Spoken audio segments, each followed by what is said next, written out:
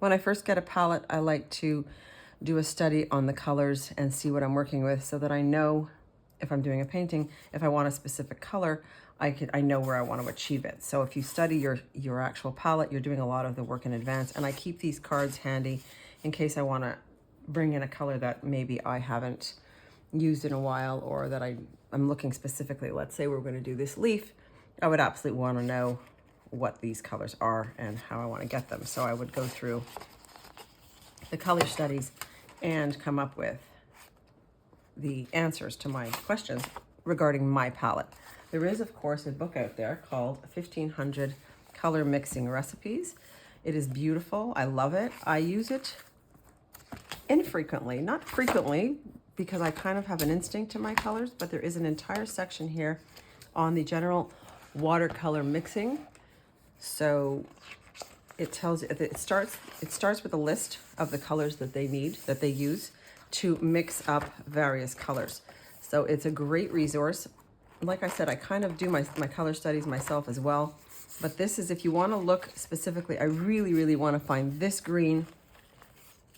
So I would say that that was this one. So it would tell you 10% cadmium light, 70% lemon yellow, 20% cerulean blue.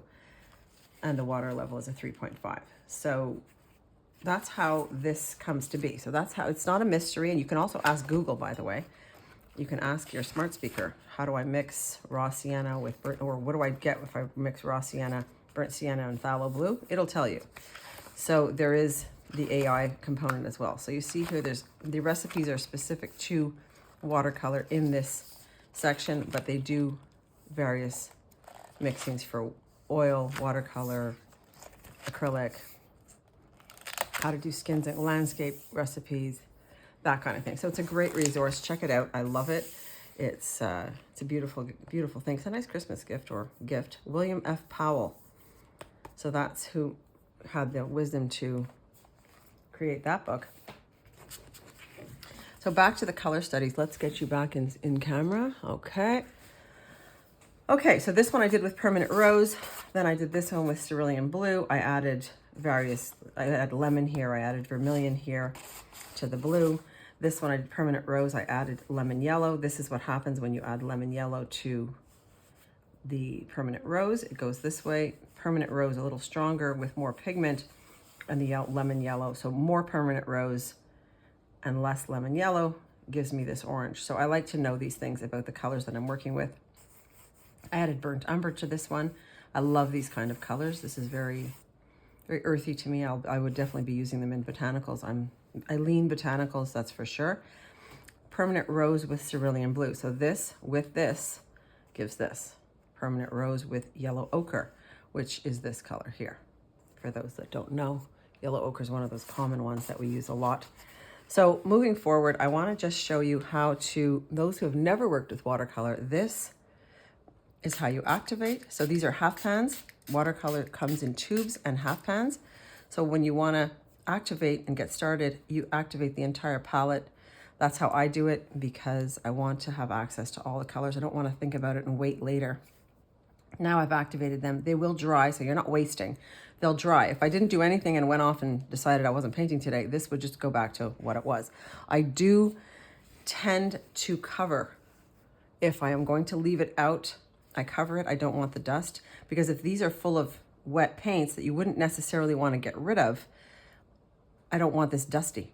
There is a component of dust. If you leave it out all the time, there will be a dust component. So don't do that. So the piece of paper towel stays close by.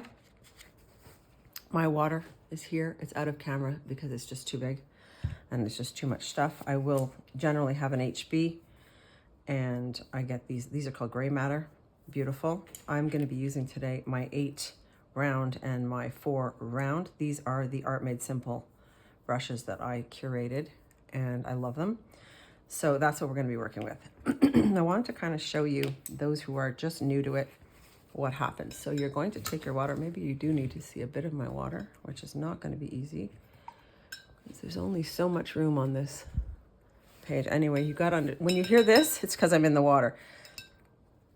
So what I do is I just wet my brush, get it started. Never dry your brush up straight. Always dry your brush on its side.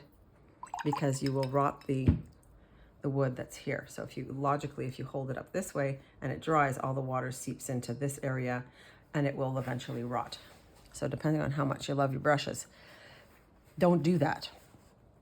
So I'm going to take some burnt umber today. Can you see that? Yes, you can. Let me see. Can you see? Yes. Okay. I'm going to just take this out because I'm going to clean this one up so that you can see properly. A nice good space to work with is a good idea.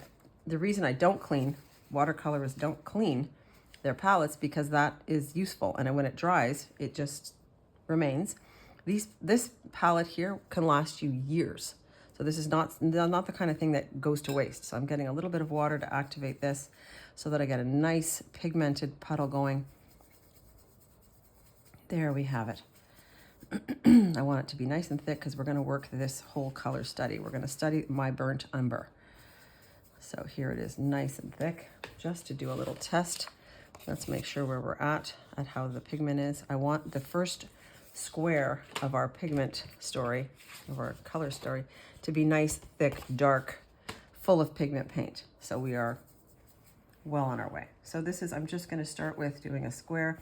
It's always a little bit difficult to paint on camera. I would turn the paper to suit myself, and I want you to when you're working. Please turn the paper to suit yourself. We are not here at the mercy. You are not at the mercy of the camera. I am. So that's the original color. I'm going to write there, burnt umber study. So I know what I'm talking about. So now I want to see how it goes as the pigment reduces. As we reduce the amount of pigment in the mix that's in the brush, it will get lighter. So I've gone this far. I'm going to literally dip, dot, wipe, and then continue. I don't go back in to the well of the pigment. I'm not going back in there. So I want to see how far I can go until I have nothing. Because what is interesting is the beginning is deep, deep, deep. As you add water, more water, less pigment. So there we go. We get to the end here, and I'm going to do this little exercise again. A dip, a clean, and I want to see how light I can get it. See how there it is light. So that makes a beautiful start to a painting. Watercolor is always light to dark. You always lay down the layers that are light first. So I want to see how light I can actually get this. I'm going to dip one more time. Dip, drag, go. Okay, so I'm kind of liking this. And I love this color. So I'm a burnt sienna lover, burnt sienna is one of my favorites. I use that a lot. That's a little bit deeper on the palette. It's there. Dot, clean, let's go. So now we are down to very little pigment, mostly water, just a little hint, which can make a beautiful underpainting, skies, leaves, whatever you got going on. If you went like in the cerulean, sometimes you want your base sky to be this and not this. You want this with an accent of this. So it's a good exercise to know your palette. Now, I've done that one. I'm going to clean off my brush. I'm going to clean it off, and I'm going to dab it on the cloth just to get it clean and going. Okay. So we've got the brown. I want to add a little of the blue. Let's see what happens if we add blue to the brown over here. So I just want to take a bit of the mixed color. I'm going to add a bit of water, and let's see what that gives us. That's a beautiful color. I'm going to add a little bit more. This color is, I don't even know what the name of this color would be, but it's almost a teal, but delicious. So when you work with your palette this way and try different mixes, you could try it 36 times or 35 times with mixing different things. This comes out, it's kind of a bluish, tealish gray. It's got a feeling of green to it. It's beautiful. It's a really nice color. So that's a color I would 100% be using. So that's a mix. I'm a little surprised. I've never done it, to be honest with you. I've never done cerulean blue. So this is adding cerulean blue which makes that color stunning. I really like that. Imagine that if I did if I did this dip and drag thing here, it would give me this, which could make a beautiful shadow. This would make a beautiful vase, like if you wanted to do a vase. So this is plus H2O. Okay, so let's clean off again, because we like that. So that's an interesting piece of information that we learned. Let's try it with a permanent rose. So I've got my permanent rose. I want to take some of this brown. I need a little more water. And I want to grab some of that brown. Actually, let's just do it there. I'm losing the war here. So this becomes a very nice, beautiful color. I like that color too. That's a beautiful color. These are very rich, earthy tones. When you start with the browns, that's what you get. If you mixed all your primary colors together, the red, the yellow, and the blue, you would get brown, by the way. So you don't want to necessarily mix them, because if I mixed all this together, it would be brown. We'll get brown, no matter how you, it's just what it is. So that is how we, oh, I didn't do the less with less water. So let's do the less water one, more water. That's beautiful too. Wow, I really like this. These are really nice colors. And this is how you get to know what you like. Because I can tell you here, I'm not in love. This is not a love palette for me at all. It's too bright for my taste. So this is plus permanent rose, and plus more water. Perfect. Okay, we're doing well. So I'm going to make another puddle. I'm going to clean off another section because we lost our original brown. We're going to go get back and get it. Like I said, getting rid of those colors is almost painful for me because they are beautiful colors, but we have to do the exercise. I could have had a bigger palette, but again, with the restrictions of the camera, it's a little hard. So I'm going in now. Got some water on my brush. I'm going to grab some. Even though they're damp and wet, I'm grabbing more water so that it's smooth. So now we've got we're back to our burnt umber color. We've got that to start with. Okay, so let's add, I want to add lemon yellow. So I'm going to clean my brush off entirely because I'm going to dip it into the lemon yellow, and it's a light color and you don't necessarily want to blend, you don't want to have brown on it after. So I get some lemon yellow. I'm going to actually make a puddle. Let's see. Okay, so I'm going to take some of this brown and bring it over here and see what we get.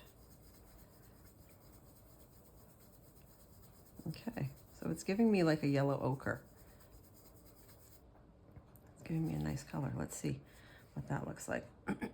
So I took my lemon yellow and I added it to the burnt umber.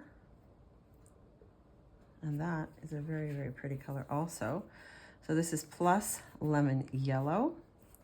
And then let's do the water thing. Let's add some water to that and see what we get. So this is plus more, oh, wrong way, Rhonda, wrong way. More H2O. Okay, I like that. What I'm wondering is what a true yellow ochre would look like. Let's see what that is. If I did that here, not that much space left. Let's do here. This is straight lemon. This is straight ochre. So that's this color here, yellow ochre.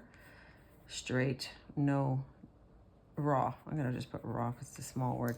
I'll understand. So there's nothing mixed here. I'm going to put yellow ochre because I may not remember that. So this is how we study our palette and how we study what we've got. So when you get a palette, you can try it. It also helps you work with your brushes and gets you going. So I just wanted you to see this so that you could get a handle on what's happening and how you can study your own palette. Every time I get a palette, a new one, I do the same. So I got this Schminky palette, lovely also. See, one of the core colors is a yellow ochre for sure. The lemon yellow comes in every time. And there's a burnt sienna here. The reason you do this as well is because it's difficult to see which is which. These all look pretty similar up close and personal. So I would do a swatch card the size of my palette and have the colors out in the order in which they are so that I can see when I'm working what is what. So I don't have to look back. This is navy, I can kind of see it like it's a cerulean blue, but I'm not sure what this is. This would probably be what? Oh, it's a blue. It's definitely a blue. Yeah. Anyway, so that's the point. I love the Schminky. This is a cute travel size. That's a fun one. This is the one that we have in Art Made Simple. This is our house brand. Love this palette. Beautiful selection of colors. I would have added a Payne's Gray if anybody had asked me, but they didn't ask me. So a Payne's Gray is a tube I would have. And I also like buff titanium. You can put that in your notes because that's something I do, personally, I do enjoy, but you don't need it necessarily. There's plenty to work with here. And Payne's Gray is, in fact, let's just do a little study on the side. So I will show you how to get Payne's Gray if it doesn't come in your kit. You can take a little bit of, that's the sienna, burnt sienna. That's not what I want. I want the black that comes in your kit. So this is the black. There's 2 blacks here. So if I have black, let's just make another clean space. If I have the black and I add a blue, you end up with a Payne's Gray. And how much black is in it is up to you. See, the black dominates, so you have to have enough blue to make it give it the Payne's Gray look. So there you have it. That's more gray. So it's a very beautiful color. I love it. I live for it. It's a staple for me. But if you don't have it in your kit, the black and the blue will do the job. All right. See you in the next lesson.